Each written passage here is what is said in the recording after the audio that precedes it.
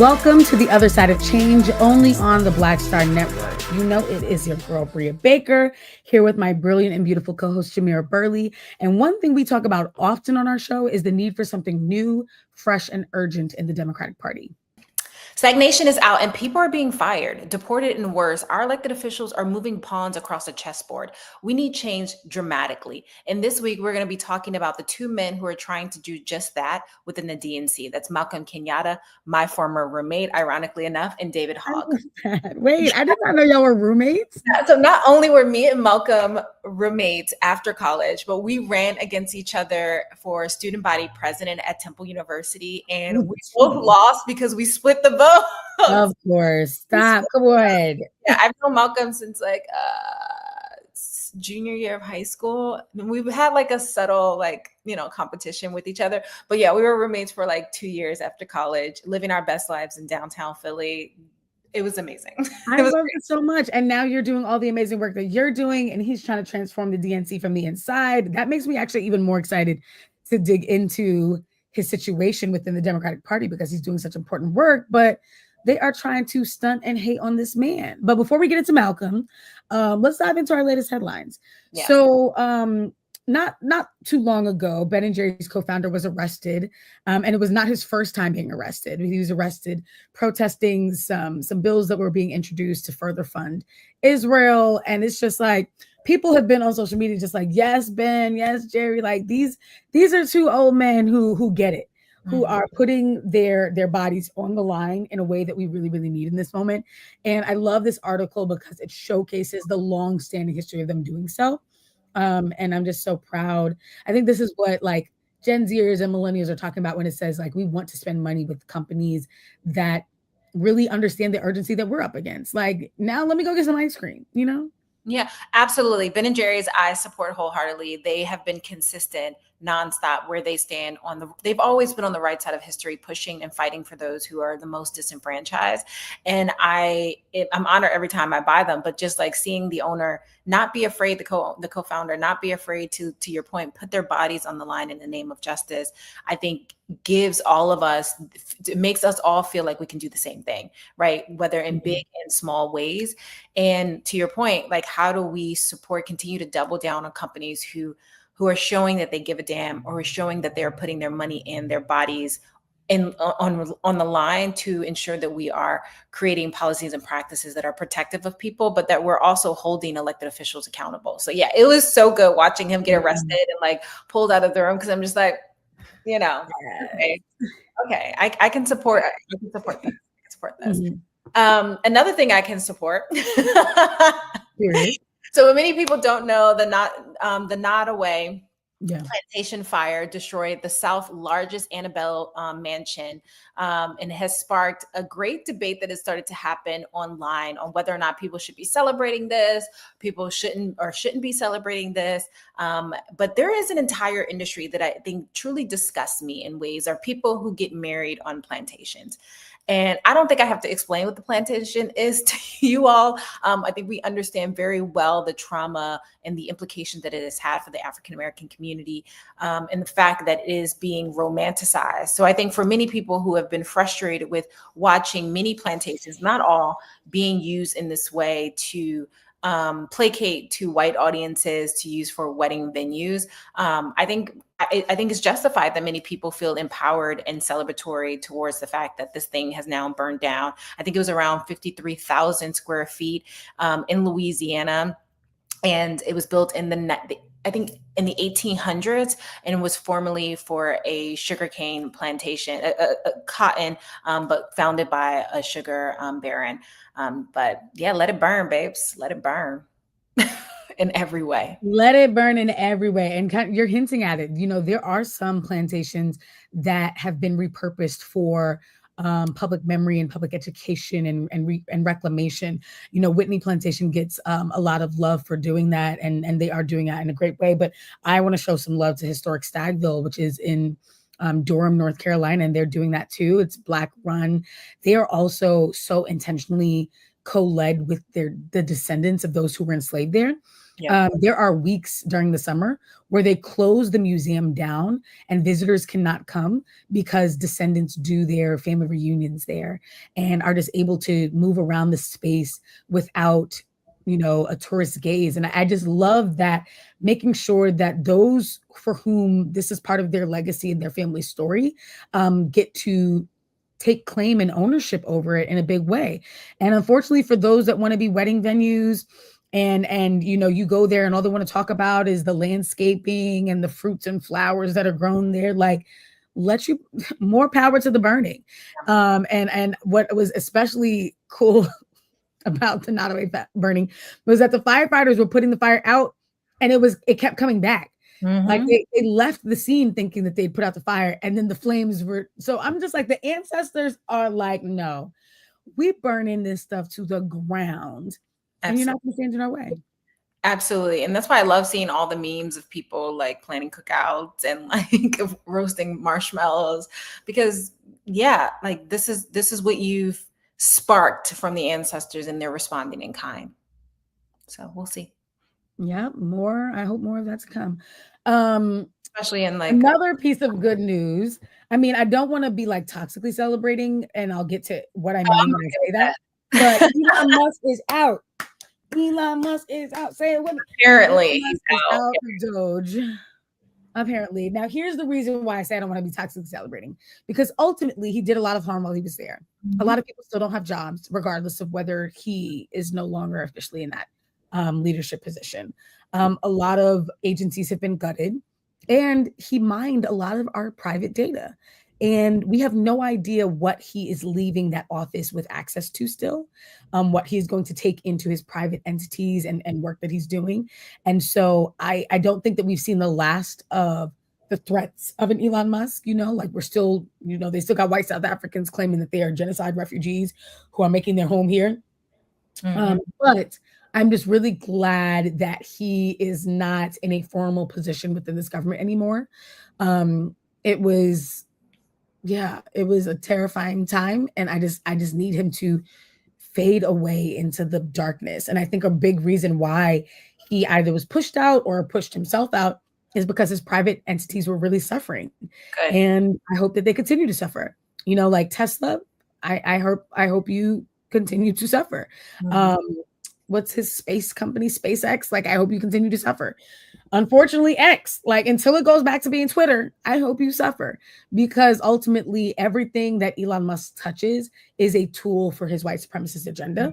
And I want it all. I want his empire to crumble. And I think this is like kind of the beginnings of that, the proof that he was not popular in this position. His desire to make government less, more efficient, was not successful. And I also wasn't rooted in reality, right? Like, it wasn't rooted in this idea of truly trying to make government efficient for everyone. It was rooted in like, how does he redirect funding from very critical programs within our society, like food stamps, housing, education, to his pockets? Like, how does he grabble up more of federal contracts for himself while leaving the federal government in shambles? The US is on track to spend more this year than they've spent in the first year of any administration in the last decade.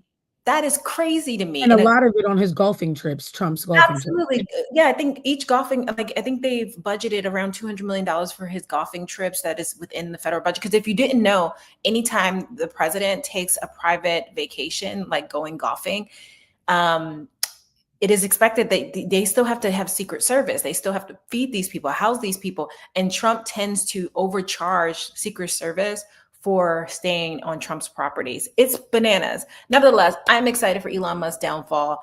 I'm always rooting for Elon Musk's downfall, especially because his core audience is the one that he's hurting the most. Democrats and liberals were more likely to support his products because they help the environment than Republicans are. They're not buying Teslas, you idiot. And so, yeah, I'm You enjoying. idiot. I like that. I'm just enjoying his downfall because, like, one thing that always irks me is when white men insert themselves into spaces and places that they lack the enterprise, the expertise to be able to actually do that work. And like, you're not even from here. Like, get away. You don't even go here. And you shouldn't even be here because you overstayed your student visa illegally. So yeah, that's a prime example where laws don't really matter for those who have money. They only matter for poor people and people that they want, and brown people. So just to say. But to wrap up this segment, there is, if you all have been on any form of social media over the last few weeks, you've learned of the internet sensation, Miss Shirley. I hate calling this little girl Miss Shirley. She's 4 years old and she went viral for her dancing to line music and being able to pick up moves very easily. And she's cute, right? She's cute, she's talented, amazing. Over the last few weeks, we've now seen her stardom explode. She's been on daytime TV. She's been on the local news, on the national news. And now her mother has started to host these meet and greets. She's also taken her to adult-centered parties. Like, there's no other children around. So there's clubs, there's bars that her daughter is now being taken to in order to dance. But one thing I want to zero in on is the meet and greets, right? Because other 4-year-olds are not paying to go to the meet and greets. Right? They're not paying to go see her and dance with her. What we're seeing is that grown men are driving hours, paying a fee to be able to take a picture with Miss Shirley, pick her up oftentimes. And I've seen even a handful of, like, at one point she's sitting on somebody's lap that she's not related to. She's being held by someone that she is not related to. Someone kisses her on a cheek she is not related to. And it just gives me the biggest ick in the world. And apparently someone has called CPS on Miss Shirley's mom. And yeah, there's just this discourse of, like, what is too much exposure and what feels like grooming in broad daylight. Yeah, I think this is really terrifying. Number one, there are so many Netflix documentaries now about the danger. I mean, yeah, in grown men who show up to pageants and other spaces where they expect to see little girls who are being purposely like groomed to act above their age. And I think that, another aspect that was really concerning was I think I saw that Miss Shirley's mom started an OnlyFans for her. I think the question is it an OnlyFans or does someone create a fan account? I think there's still some gray areas. Okay. So then I won't put that on her, but I'm just concerned in general because ultimately the appeal of Miss Shirley is, she's doing this dance like she's a grown-up. And now you're asking people to pay to have access to her in real life or content about her. And again, it's not little kids. Like, it's not like she's, Gracie's Corner and the kids are just jumping on YouTube to, like, I love this show. It's like the kind of person who's going to pay for that access is someone with nefarious. So even if you as a mother are not doing it for these, like, evil means, you have to recognize that you're putting your child in a position to be ogled at by those who want that from her. And I think we've just seen all of the like, writing on the wall from child actors who describe, like, being stalked by grownups who watch them. The whole Nick at Night scandal was like, okay, you've got these kids doing these adult jokes. They don't get it, but the creepy adults do. Also, the Mary-Kate and Ashley, like, there was entire websites dedicated to doing a countdown for when they turned 18. Like, there's so many sick people online, and especially on Miss Shirley. If you go to Miss Shirley's TikTok page, most of the people who follow her are grown men. Most of the people who save her content are grown men because 4-year-olds are not on there. And her mother would have been better situated to focus her target audience on other kids, doing kids parties and all of that. But it's just, the adultification is truly disturbing. Truly disturbing. And it also, what signals are you teaching your child for her not to be able to know that she has the ability to say no? Like, if she doesn't want to hug someone, if she doesn't want someone to pick her up. She can't because they paid. She can't because they paid, and her inability to be able to have that bodily autonomy or even to feel like she can say no. Like, I doubt she wants to dance every single day, all day for cameras. Like, take that girl to school. Like, come on. Put her in some bright pink and sparkly light up shoes, and just, like, let her be a dance class. Like, if you think she's talented, send her to dance class. But, like, overexposing her on the internet for people to take her images and do whatever is is not going to be helpful for her or for other kids. This industry being developed around like kid influencers and like family influencers and mommy influencers is so dangerous, because in the name of capitalism, people are saying like, listen, we can make a lot of money off of this, but this is a child, and a child for whom this is not going to go away. The internet is forever. We're not new to the internet. They're not early adopters. This child is Gen Alpha and like should be protected, because we know the dangers. We know that people are going to use AI and do unspeakable things, and don't put your kids in that position. Don't put them in. So on the one hand, I'm like, I don't want people calling CPS on her mother, but at the other hand, I'm like, mom, protect your child. Like, I don't care what check you think you're getting. It's not enough for the positions you're putting her into. But anyway, absolutely. When we come back from the break, we are going to dig into the latest with the Democratic National Committee and the Democratic Party as a whole. And we will be right back right after this break, only on Black Star Network. Black Star Network. Not a jingle, period.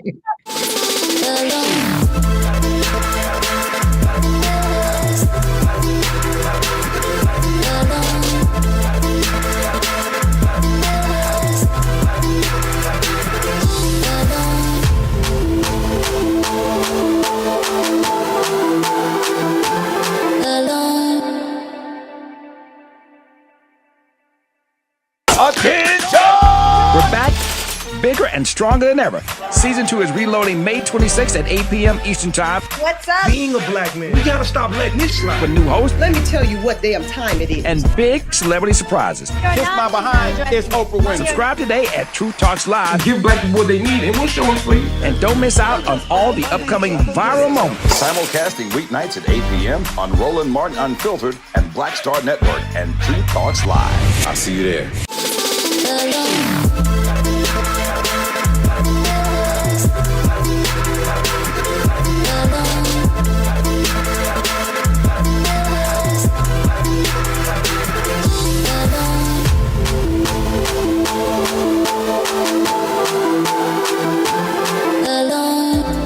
Welcome back to The Other Side of Change, only on the Black Star Network. Before the break, we started to unpack some of the most pressing headlines, and now we're going to dig into the latest news regarding the Democratic National Committee, also known as the DNC. Yeah, I'm already feeling my blood boiling, because I'm just so annoyed and frustrated with the Democratic senior leadership. I just feel like they are constantly telling young people and Black people and activists and social justice leaders within the party to speak up and voice our concerns and be the change we want to see. But then when we actually do it and are successful and are like bringing in a new wave of energy into the party, they're looking for every loophole possible to insist on it being their way or the highway. And I know I'm getting ahead of myself here. We should probably start at the very beginning of like what this latest internal battle is, but that's just like how I'm coming into this conversation. No, absolutely. And I think for decades, we've seen the DNC being led mostly by white men and candidates who are almost chosen for the people versus being selected for the people. I can't remember who said it, but she's like, are you a BMW? No. Are you a Black leader, or are you leading Blacks, right? One is chosen by the people versus one is chosen for the people to lead us, oftentimes in a direction that doesn't actually support us. So yeah, this is, it's really up in the air, and it shows that to vote blue, no matter who, has some constraints in it. And it's very an arrogant view, because it's not inclusive of the fact that we have elected officials who are Democrats, who do not share our values, who are not fighting for the same things that we are fighting for. And we have some elected officials that unfortunately are being stifled, right, by the institutional leaders who do not want their radical ideas. And their radical ideas is like free school lunch, radical ideas to circumvent the process of the Democratic Party. So it's quite frustrating. And it's especially annoying because elected officials are representatives. So them coming in with an agenda and being like, I'm going to force it upon you and tell you what's best for you, as opposed to saying, I'm listening, I'm hearing, this is what my constituents want. It's like politics should be a conversation with the people, where we get to voice our fears, ambitions, desires, and ideas. And people who understand the inside are able to channel all of that information that we've given them, all those insights, and turn it into policy that reflects our needs. But it's like they're choosing the policy, they're choosing the candidates, they're choosing the direction, and then telling us to get on board lest we be in the way. And so now it's like politics is being reduced to this marketing strategy where we're being talked at, we're being sold a product, and we lose in that, because ultimately they don't have the buy-in. So you're trying to convince me of something that I don't want to be convinced of, instead of just saying, I'm a Democrat. This is what other Democrats want. If that doesn't align with me, I might be in the wrong party, and I need to get out of the way so that true Democrats who want to reflect their constituents can move forward. Oh, absolutely. And that's exactly, and we see some of that happening right now with Malcolm Kenyatta and David Hogg. Malcolm in particular is a dear friend of mine. As I mentioned earlier in the show, that we were former college roommates, and we were also former competitor. We competed against each other for student body president in college. Unfortunately, as I mentioned, we both lost, but that's neither here nor there. The DNC should be lucky to have someone like Malcolm Kenyatta, who has been dedicated to progressive policies and practices his entire political career, but also when he was a college student. That's one of the things that drew us together as friends. And the DNC has now had him as the vice chair, him and David Hogg as vice chairs. Malcolm received, I think, about 298 votes, and David Hogg received 214. You're only required to receive 201 votes in order to claim victory. And David Hogg, for those who don't know, is a former activist, is a current and former gun violence prevention activist. He was one of the students impacted by the Parkland shooting. And I also sat on the board with him for March for Our Lives. So these are two individuals who have shown that they deeply care about the issues that are impacting everyday Americans, particularly those in the Democratic Party. And now they're facing this upward hill battle by the established Democrats who don't like how progressive and how outspoken these two people are. Yeah. And so to your point, they were both voted in vice chairs, which gives them a lot of insight and power into steering the future of the DNC. And all of a sudden, like a month or two after that vote, there's this procedural issue where they need a revote and a redo.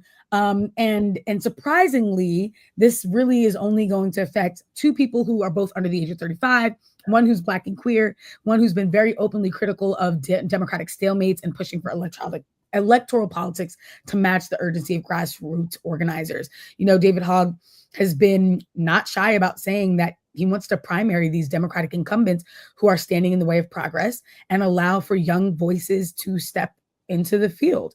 I think it's such an important conversation that he's pushing. Malcolm Kenyatta has also been saying similar things about the need for a new face of the Democratic Party. And so just when they're trying to give the party a facelift, all of a sudden we need a recount. Like, what? Who are they? George Bush? Supreme Court on speed dial, please. We need a decision immediately. It's so fishy. It's so fishy because this is not the first rodeo. Like, this is not the first rodeo we are having a vote like this. And now all of a sudden there's pushback, right? There's a recount that is required. And this is going to create so much division in a party that is already fractured, right? In a party that is already having a huge problem with recruiting and retaining young voters to be a part of the process. So I'm excited for our guest later this morning, who's going to chat with us, who's a brilliant Gen Z organizer, to talk directly with her what she's seeing wrong with the party, what is her make of what's happening with this issue regarding Malcolm and David, but also, what the party can be doing better at and engaging young voters to ensure that we're talking about the issues and advocating for the issues that are really going to change the lives of everyday Americans. Yeah. So I can't wait. I can't wait to dig into this conversation. We have such a dope organizer and leader and friend and soror skiwi who's going to come up and talk to us about what she makes. I mean, AKA supremacy always. So we're going to bring her up in a little bit so that we can have a deeper conversation about this and just like hear directly from those who are being silenced in moments like these, so that we can understand, like, if the Democratic Party wants the midterms to go the way they need to go, and then once the next presidential election to go the way they need to go, now is not the time to be trying to stifle youth voices. Now is the time to be listening really clearly so we get a better turnout than we got in 2024. So we're going to take a break. We'll be right back. You are watching The Other Side of Change only on Black Star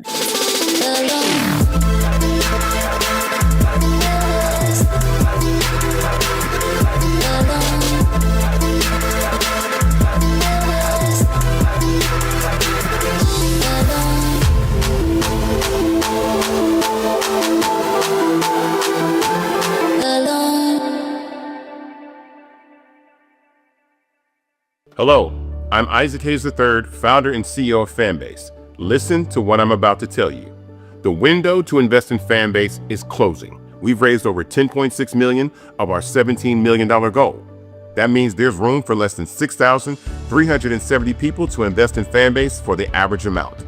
The minimum to invest in Fanbase right now is $399. That makes you an owner in Fanbase today. Go to startengine.com/fanbase to invest. Why? Because current social apps have taken advantage of users for far too long, with content suppression, shadow banning, harmful racist content, and no real tools for monetization and equity. Fanbase has over 1.4 million users and counting, allowing anyone to reach all their following and monetize their content from day one. Social media is the new TV, and whoever owns the apps that distribute that content have the opportunity to own potential billion-dollar companies. While big platforms with uncertain futures are failing to serve their users, Fanbase is stepping up to fill the gap. Don't wait until it's too late. Invest now, invest for yourself and your future. Go to startengine.com/fanbase and own the next generation of social media.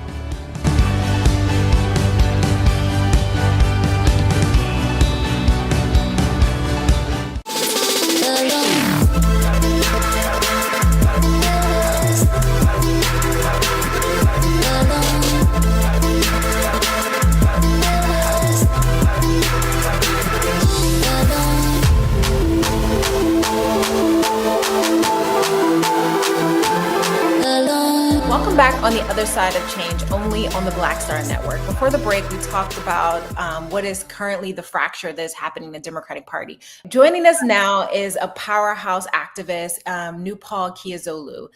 She has been on the front lines and have been truly tremendous in her work, and has been one of the individuals who led the protest out of the Charlestonville protest, taping "Do I Look Suspicious" behind her hoodie in the wake of the Trayvon Martin death. Nupol is an award-winning civil rights activist, organizer, and also Miss Liberia USA, and a proud member of the Alpha Kappa Alpha Sorority Incorporated. She is led by her spirituality, her enterprise, and her voice in organizing. And she has truly been a voice for Gen Z and led the charge. You have seen her probably on Forbes, CNN, MSNBC, VH1, the New York Times, and so many more. She's a prime example of what happens when you give young people the space to truly make the change that they see. And she's also a Teen Vogue 21 under 21. And hopefully this time next year, she'll be in law school, protecting all of our rights. So welcome to the show. And thank you for taking the time to meet with us as you are in the midst of studying for the LSATs. Thank you all so much for having me. I'm so excited to speak with y'all today. We love you. I love y'all too. I see you got that pink on today. And someone else. The pink and the okay. Pink and the, period. Okay, so but we're gonna get into it. Nupol, how did you leverage your passion for politics as an extension of your activism in the first place? And because you did start in activism and then kind of shift into politics, what did you notice about the Democratic Party that got you fired up about changing it from the inside? Yeah, that's a great question. So I will say, first and foremost, I always tell people that politics and electoral politics is not the end all be all when it comes to fighting for liberation for Black people in this country, but it's definitely a vehicle. And I would say I first realized how important politics was, how important politics are to our community in high school. I was about, let me see, like 17 years old when I held a voter registration drive. And I realized throughout that experience that young people specifically, didn't really understand the importance of local politics and how it directly impacts our communities. Long story short, I remember on the last day, it was the Friday, I'll never forget it, on with our voter registration drive that I organized, and like a plethora of seniors came down to the library, and some of them did have attitudes. They was just like, why we got to do this? We already voted for the president. And when someone said that, an alarm went off in my head, and I was like, wait, hold on. Like, people don't really, again, understand that local politics has a direct impact on our communities and quite literally shapes our everyday lives. And so that's when I was motivated to create a campaign called Vote 2000. And I partnered up with DoSomething.org to focus on young people turning out to vote. And in partnership with them, we were able to get over 100,000 young people registered to vote. And so with that experience, it catapulted me to get even deeper within politics and really try and really work to shift to make politics work for us, because ultimately these politicians and elected officials are in there to do the work of the people. And if you're not doing the work of the people, then you need to get out, period, point blank. And so overall, I would say that experience in high school and just understanding, again, the importance of politics overall and how it affects our lives is what really motivated me to get inside, get into the nitty gritty. And yeah, I went to Hampton University. I got my degree in political science, and now I'm pushing forward to law school.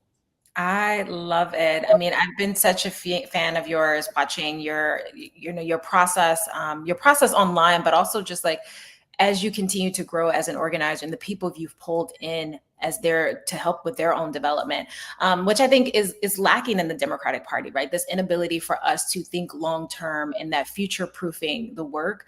And I'm curious for you, as someone who has worked both inside and outside the system, within the Democratic Party and outside the Democratic Party, what is one of the ways, or what is your perspective on the division that is currently happening, and what the Democratic Party need to do in order to kind of engage young people in a really critical way if we're going to win the next election or the next dozens of elections that's going to happen in the next 2 years?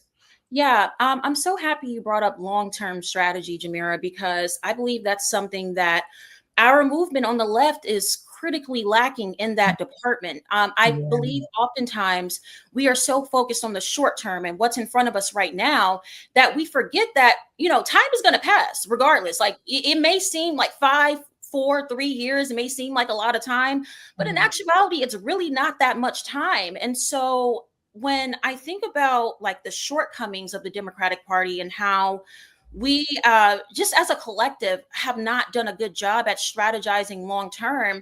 I mean, we've seen the repercussions of that right now. I'll give you an example, right? A lot of people are talking about Project 2025, right? Project 2025 was like one of the biggest topics of the 2024 electoral cycle. But I feel like on the left, like a lot of people was treating Project 2025 as if it just came up in 2024.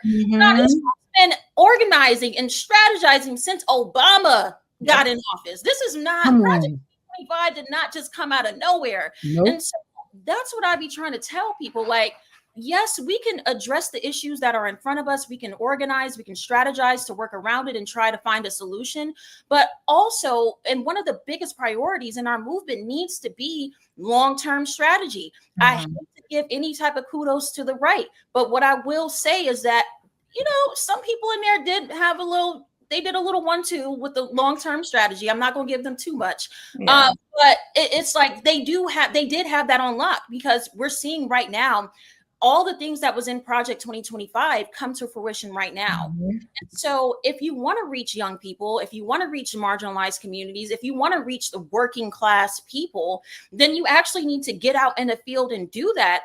I'm so frustrated with the Democratic Party, because as a young Black organizer, a lot of the people that y'all are talking about right now, these are my peers. Like we came up in the movement together. And I've just seen like how young Black organizers are received versus young white organizers. And in the media, young Black organizers oftentimes are portrayed as villains, and we're villainized. Our characters are assassinated. We're treated like terrorists. I mean, they call during 2020, when the Black Lives Matter movement was at an all-time high. I mean, I fully remember young Black people like myself being referred to as Black identity extremists. Yep. That's what they refer to us to. But white people fighting for gun violence when at the height of the gun violence prevention movement was referred to as heroes. As if we haven't been doing that for decades, right? Like I'm saying, and then it's just like, I remember speaking at March for Our Lives and just seeing how the police response, even down to like on the groundwork, the police response to over 200,000 people in New York City marching with March for Our Lives versus like 150 to 100 people for marching for a Black Lives Matter protest.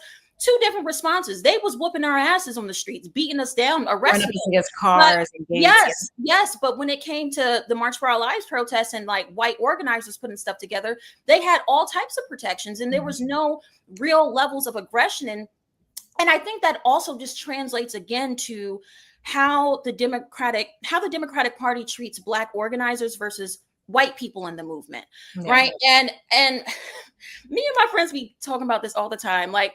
All a white person got to do is do a cute little 1-2 to a popular dance on social media, turn up to a cute Black song and go viral for it. Then all of a sudden, they're organizers and strategists. Speak on it. Drop the tape. I've been here for over 13 years, and this is the person that you're platforming from one viral video. All you have to go viral to be considered an organizer and a strategist, and that's just not what it is. Yeah, right? Even if you looked at who was invited to the last Democratic convention, a lot of those folks have never worked in communities, have just talked about politics from a very generalized way on social media, and then now next thing you know, they're being platformed into space. Can we curse on here? Just I don't know. Yeah, you can curse, bro. Okay, well, yeah. No, that shit is crazy to me. That shit is so crazy as hell to me, because I'm just like, are y'all serious right now? Like, y'all have literally overlooked a plethora, and they do it every single time. They they overlook Black organizers, young Black people, the work that we do all throughout the year. But then when the election cycle comes around, now all of a sudden they want to listen to us, listen in quotation marks. Now all of a sudden they want our labor and our contributions. And it's just like, for me, I'm at the point where it's like, no, we're not doing that. If you don't value what I bring to the table throughout the year, not just when it's time for an election cycle, then it's like, I'm not about to go above and beyond for y'all. I'm going to keep working in my community and doing the work that matters, educating them on what's going on locally. But it's like, I'm not about to bust my ass for a party that does not respect me and what I bring to the table. So until y'all learn, the DNC, how to respect Black organizers and not take advantage of us only when it's time or close to an election, you're going to keep seeing the things that you're seeing, because you're not engaging with people that are closest to the ground. That's one of y'all most critical mistakes. Y'all get social media and real life conflated. Y'all have to understand that people like me that are— I know we were going to have a sermon today. Hey, somebody got to say it. Somebody got to say it. And so overall, I'm just saying that y'all have to work with people that are closest to the ground and stop focusing exclusively on numbers on social media or a viral video. Otherwise, you're going to keep seeing the same thing over and over. And we're not going to win the midterms with all the BS going on right now. So y'all need to get it together. Cory Booker. Come on now. Listen, that part too, because the performative pandering and pretending to be with us when it's convenient, but not being with us when it's time to vote on something and introduce some bills and co-sponsor something and stand in the way of something is really getting me tight. And I think a lot of what you said is so spot on, Nupol. Like, I think that there are so many elected officials and Democratic senior leaders who treat young activists like yourself like gimmicks, treat the movements and the issues that we are fighting around as they only care about it when it's trending, you know, and we are the ones left holding the short end of the stick when it's like, well, we're still talking about police violence, we're still talking about gun violence, we're still talking about reproductive rights, like we're still talking about economic justice, we're still talking about immigration, like we are holding up the fire and like keeping it lit. And they're just going to come around every, you know, when the media cycle comes around and try and get some good brownie points off of it. And there's such a danger in that because people can see through it. So you're trying to be the party that's anti-Trump. But listen, Trump gets, you know, Democrats get in office and the first thing they say, my hands are tied. There's nothing I can do. You know, there's not a lot I can. Trump gets in office and he does stuff in 3 months that I'm like, For his first 30 days, first 100 days was crazy. They are so efficient about getting their agenda through the door. And it proves that Democrats either don't have an agenda or are not actually committed to an agenda, because we get in the door and we fighting for 4 years to get one thing done, and we have no wins. And so it speaks to just this larger trend of when young voices are dismissed by the establishment, they pay the price, but then we get blamed for why those losses happen, because they want to talk about Gen Z turnout. They want to talk about pro-Palestinian activists. They want to talk about where Black men were at. And all of these groups have been showing up for the Democratic Party with very little in return. And so it just frustrates me to see that happen. So you talked about the long game. You talked about how we need to be more proactive instead of reactive. What is the long-term risk in not listening to young people, in making characters out of young Black activists, in not, really strategically bringing young people into the fold? What do we have to lose, especially when you're thinking of like the midterms are around the corner and this next presidential election? Democracy. That's what's on the line right now. I mean, it's quite simple. And so when you continuously ignore the people that are closest to the issues that you are, quote unquote, advocating for, you're pushing people away. If you're not willing to go to these people and meet them directly where they are and do that work and having those hard conversations, and not just around election cycles. What are you doing throughout the year-round strategy in building community? You cannot just throw a textbook at people about why it's important to vote and expect them to want to do that, right? A lot of the issues that we talk about within the Democratic Party disproportionately affects poor Black people, Black people in the hood, Black people in rural communities that are constantly ignored, that rarely see people knocking on their doors, asking them, what do they need? What are the issues that are impacting them the most? And what can we do to help solve that? Yeah. People are oftentimes in this party only focused on college educated people. And that's a serious issue, because most college educated people with common sense understand what's at stake right now. And they've had the privilege and access to that information to be able to contextualize what's going on.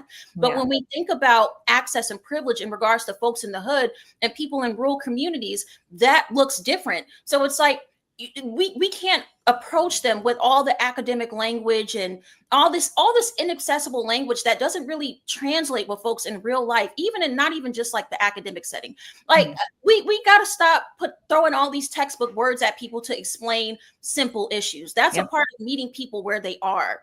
And right now, yes, I love what Bernie Sanders and AOC is doing, going across the country, talking about fight the oligarchy and all that, because that's important. And there is a demographic for that messaging. But when you think about overall, and you think about the educational disparities within this country, I hate to break it to you, but a lot of folks don't know what the oligarchy is. So how can we break that down in terms to help people understand why we need to continuously show up and fight, why rich people are hoarding all of our resources, with leaving us with little to nothing, and we are struggling paycheck to paycheck? How do we help people understand that trans folks are not your enemies? How do we help people understand that Black people, brown people, Latino people are not your enemies? We are not the reason why you can't pay your bills. We are not the reason why you don't got food on your table. The reason why is the 1% and people like Donald Trump enabling them and hoarding our resources and quite literally stealing out of our mouths. That's the reason why you are struggling day to day. So it's like all of this misplaced rage and scapegoating, instead of really just getting to the nitty gritty, explaining it simply to people what's actually going on and how can we engage these communities to show up. Again, I mean, the 2026 is right here. The year is almost over. When the summer is over, the year is over to me. And so with that being said, I mean, we have like 3-4 months this summer to really get on the ground and do some real work to meet people. Because it's just like, we're going to end up in the same situation where we're scrambling a year out from one of the most critical elections, because that's what happened with the 2024 elections. People didn't really start getting into it for real until like the election was a year out. That's an issue. That's an issue because there's 4 years. You had 4 whole years to work with people and engage folks that are closest to the ground, and y'all didn't do a good job at that. So Yeah, I have to say, I'm really offended that you said the year is over after the summer, as if my birthday month don't matter. Oh, no shade, no shade. I'm highly, Gemini season is over. It's done, Jamira. highly offended. It's okay. Done. We'll revisit this offline.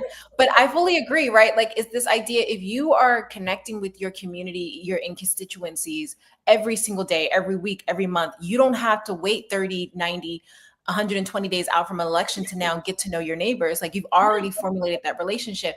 And how do we make politics more simple? To your point, the oligarchy sounds like an olive oil brand, right? Like, it isn't contextualized for a lot of people, especially in a country where so many Americans are only reading below an 8th grade reading level. Yeah. We are not meeting people where they are. We are not providing the information and the language that enables for us to talk to a wide range of stakeholders, because educated folks, if they're educated, they are more likely going to make the right decision, right? They understand the nuance and the complexities of what's happening.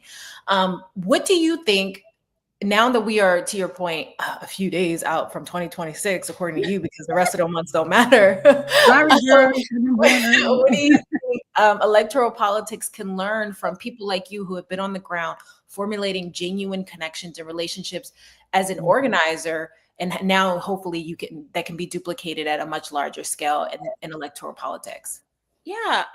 So I will say that I've been blessed with the unique opportunity to talk to people from literally all walks of life. I'm talking about from young children, like educating children on politics and how to show up, to teenagers, to young adults, to older Black people, to white people, old ass white people. I'm talking about old, like literally. And I've been able to even then meet them where they are. Like, I'm just overall, in all seriousness, I've been able to meet people from all walks of life, like all different backgrounds.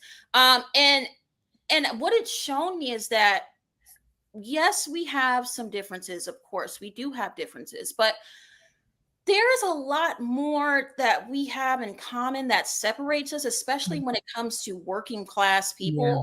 Like, a lot of the issues that we all like go through are interconnected. Like, for example, worrying about how you gonna pay your next bill.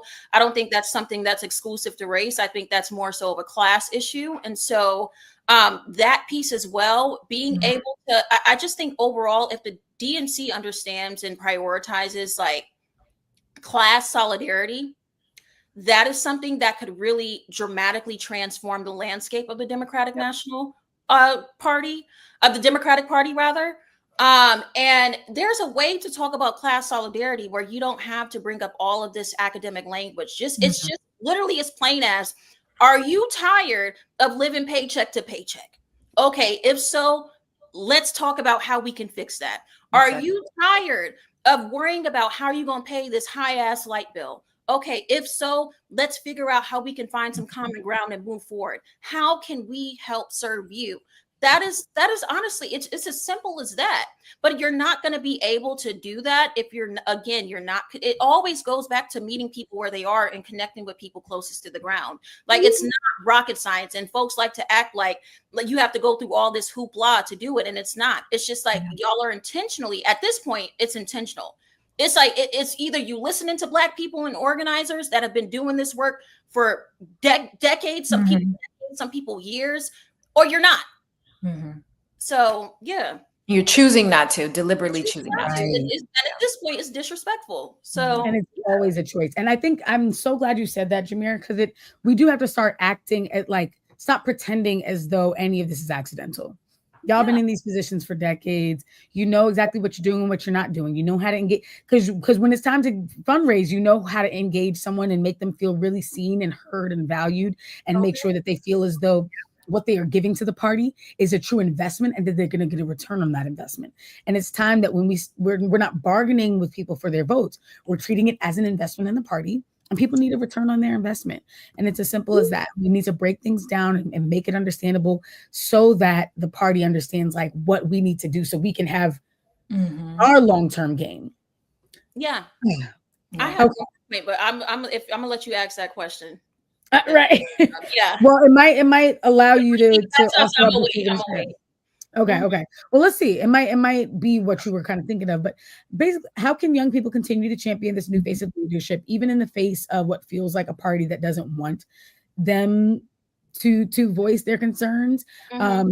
Are there organizations or entities that you think are doing this in really important ways that young people can get connected to, or are there just strategies that you would suggest folks to use? Yeah, that ties into what I was going to say. So, I will say, oh man, there's so much going on with the DNC that's taking away from the real work that's going on right now. But I will say shout out to Malcolm Kenyatta, because I've been keeping up with him and all the incredible work that he's been doing on the ground. So shout out to you. And I think it's also important because I'm seeing this trend within the Democratic Party that's very worrisome. And it's a lot of Democrats and people, some folks in leadership are trying to like cozy up, like give diet right-wing takes. And not, they don't want to go too much over the line, but I see where they're going, and I see that they're testing the waters to see how far they can go. That's not going to help us win in 2026. That's not going to help us win in 2028. If you are a Democrat and you have democratic values, you need to stand on that. You need to work in community. Going on talk shows talking about how to get more young men laid is not going to help us.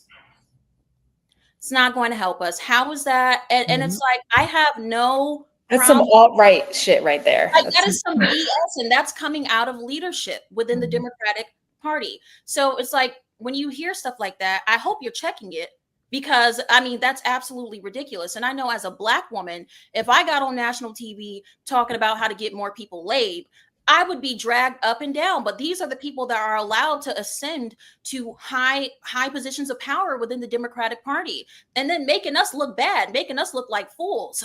Like, it's just like, where is the decorum? Where is the couth? Like, it is just ridiculous. But overall, I will say that leaning more right is not going to help us. You need to listen to your constituents, and you need to actively engage young people. And again, not when it's just time for an election cycle, but talking to them, working with them, putting them in positions of power and leadership. Because I mean, a lot of Gen Z right now, I'm 24, I'm about to be 25 next month. Like, we're getting up there in age. So it's not like you're talking to babies that have nothing going on up here. Like, we are people, we are capable, we know what's going on, and you need to trust our leadership. And then on top of that, I will say, in regards to, hold on, I lost my train of thought. I will say that most importantly, in regards to how we are showing up next in the next phase of work within the Democratic Party and young people, I just think that overall, we gotta put the drama to the side, because it's taking away from the work. And we have to figure out a strategic way to move forward.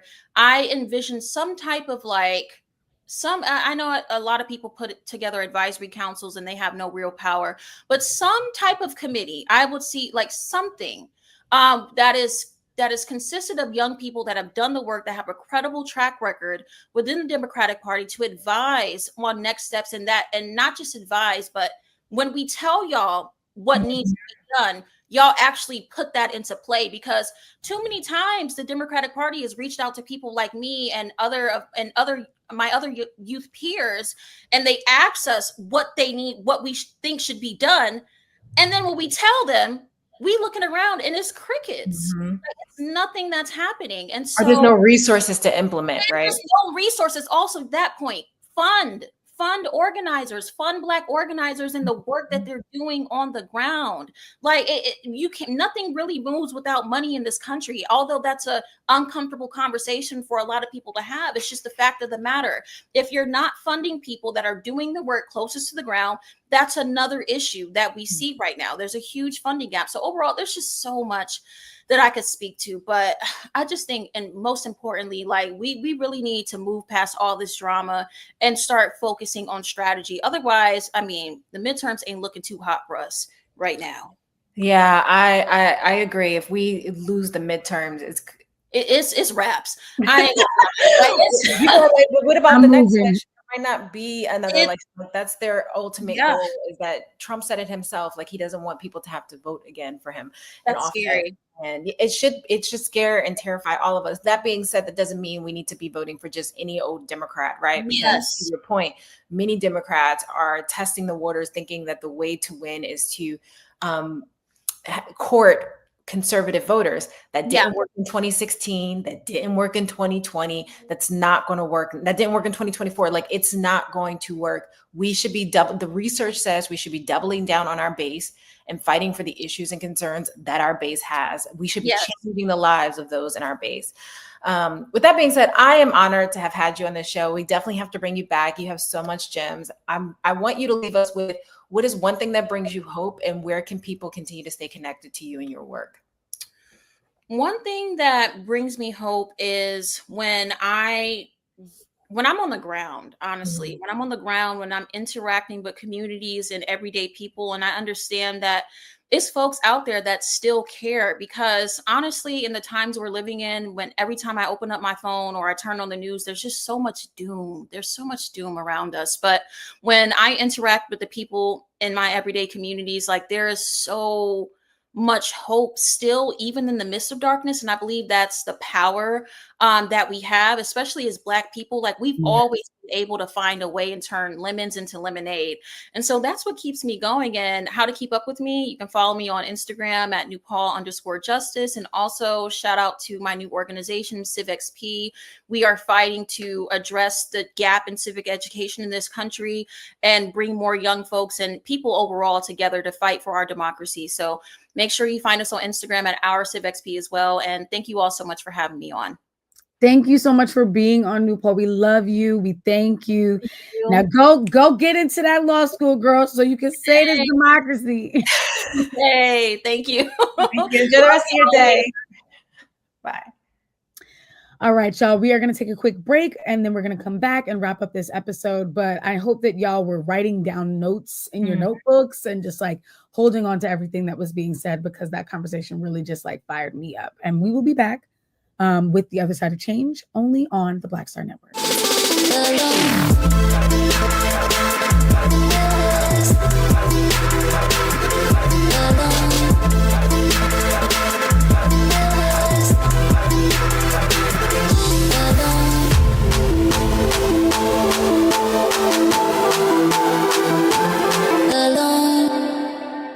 What's up, y'all? Look, Fanbase is more than a platform. It's a movement to empower creators, offering a unique opportunity for everyday people to invest in Black-owned tech, infrastructure, and help shape the future of social media.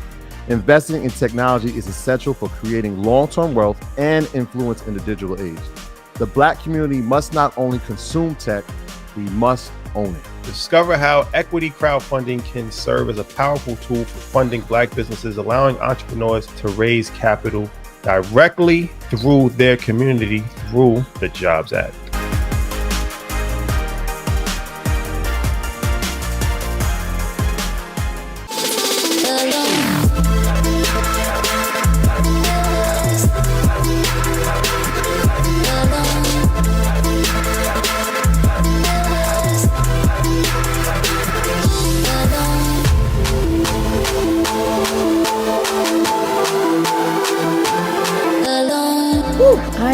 I always love our guests. We bring on the best folks. Welcome back to The Other Side of Change, only on the Black Star Network. We just had a really incredible conversation with Nupol Kiazolu, a brilliant Gen Z organizer who is helping us understand that we've got to play the long game in this democratic work. As always, this conversation is far from over, but we hope that hearing from Nupol and today's discussion helped you to clarify the stakes and the fight ahead. Absolutely. And if you want to dive deeper and support organizations, please do. There are organizations like the Working Family Programs. And if you want to dive deeper and support orgs like the Working Family Party, as well as Justice Democrats, Sunrise Movements, and other progressive organizations, there's also youth-led organizations that are doing the work in real time. And also follow leaders like Malcolm Kenyatta, like Nupol Kiazolu, like Zayana Bryant, like Chelsea Miller, like Tiffany Lofton, like Wisdom Cole. There's so many amazing young leaders who are doing the work in and outside of systems every single day. And they're not the future of the Democratic Party. They're not the future of politics as a whole. They are the present. Yeah. And so we need to resource these folks and make sure that they have the tools to continue to champion this, because this is how we win in 2028. This is how we win in 2026. This is how we win for years to come. How we win liberation. Yeah, yes, we're trying to get free. So to do that, we need y'all to stay engaged, know your rights, organize, hold your representatives accountable, be informed, dispel disinformation. Until next time, keep pushing for a just future.